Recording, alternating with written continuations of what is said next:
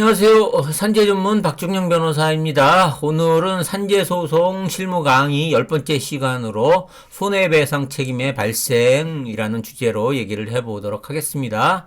손해배상 책임의 발생이라는 것은 결국 손해배상 소송을 할 때 누구를 피고로 할 것인가 하는 것이죠. 그래서 산재 사고가 발생했을 때 피고가 될 수 있는 상대방은 크게 세 부류로 나눌 수 있습니다. 첫 번째의 경우에는 직접적인 산재 사고를 발생시킨 직접적 가해자가 손해배상 책임의 손해배상 소송의 피고가 됩니다. 그 직접적 가해자에는 재해근로자와 같이 일을 하다가 재해근로자에게 재해근로자를 과실로 다치게 한 동료근로자가 있을 것이고요. 아니면은 동료근로자가 아니더라도 제3자가 가해자가 될 수도 있어요.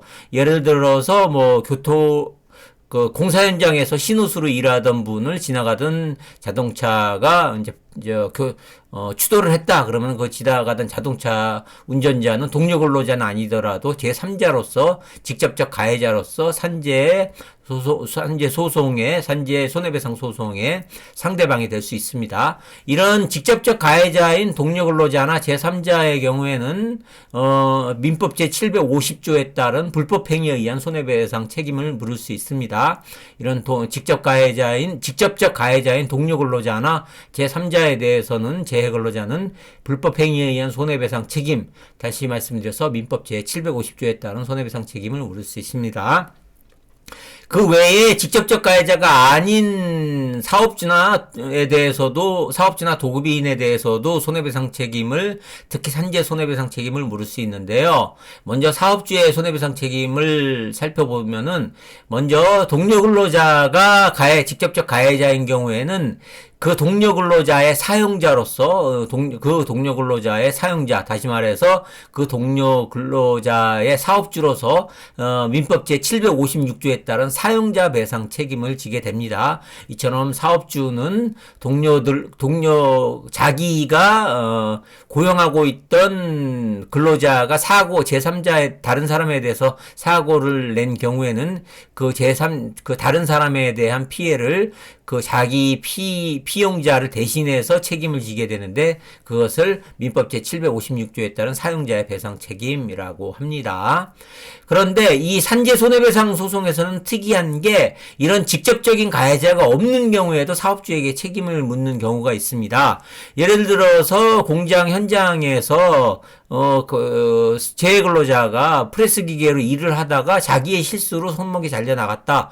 이런 경우에도 사업주가 직접적 가해자라고 할 수는 없죠. 그렇지만은 사업주에게는 산업안전보건법이나 산업안전보건법에 따른 안전조치나, 그래서 산업안전보건법 위반 제38조에 따른 안전조치 의무 위반이나 제39조의 보건조치 의무 위반에 따른 불법행위 책임을 지게 됩니다. 그래서 직접적인 가해자가 없다고 하더라도 사업주는 민법 제750조에 따른 불법행위에 의한 손해배상 책임을 직접적으로 물을 수 있습니다. 즉, 다시 말해서 동료 근로자가 가해자가 된 경우에는 민법 제756조에 따른 사용자 배상 책임으로서의 손해배상 책임을 지게 되지만, 그 외에도 아니면은 동료 근로자의 직접적 가해행위가 없다고 하더라도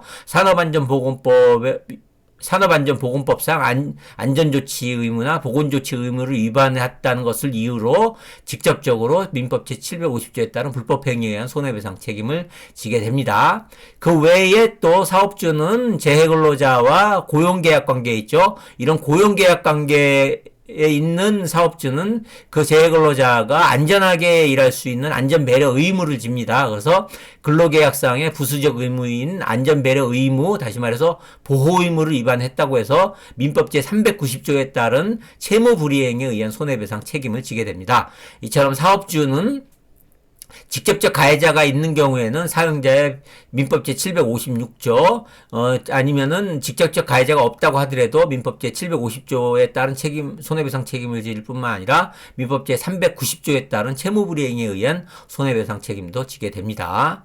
그 다음에 도급인의 경우에는 그러니까는 고용사업주가 하청업자인 경우에는 도급인의 경우에도 책임을 지게 되는데, 이 도급인의 경우에는 역시 산업안전보건법 제63조의 도급인의 안전조치 및 보건조치 의무 위반에 따른 민법 제750조의 불법행위에 의한 손해배상 책임을 지게 됩니다. 이처럼 산재 손해배상 책임의 피고가 될 수 있는 사람들은 직접적 가해자인 동료 근로자 또는 제3자이거나 아니면 사업주, 그 다음에 하청 관계가 있는 경우에는 도급인에 대해서 손해배상 책임을 물을 수 있다는 점 잘 알고 계시면 되겠습니다.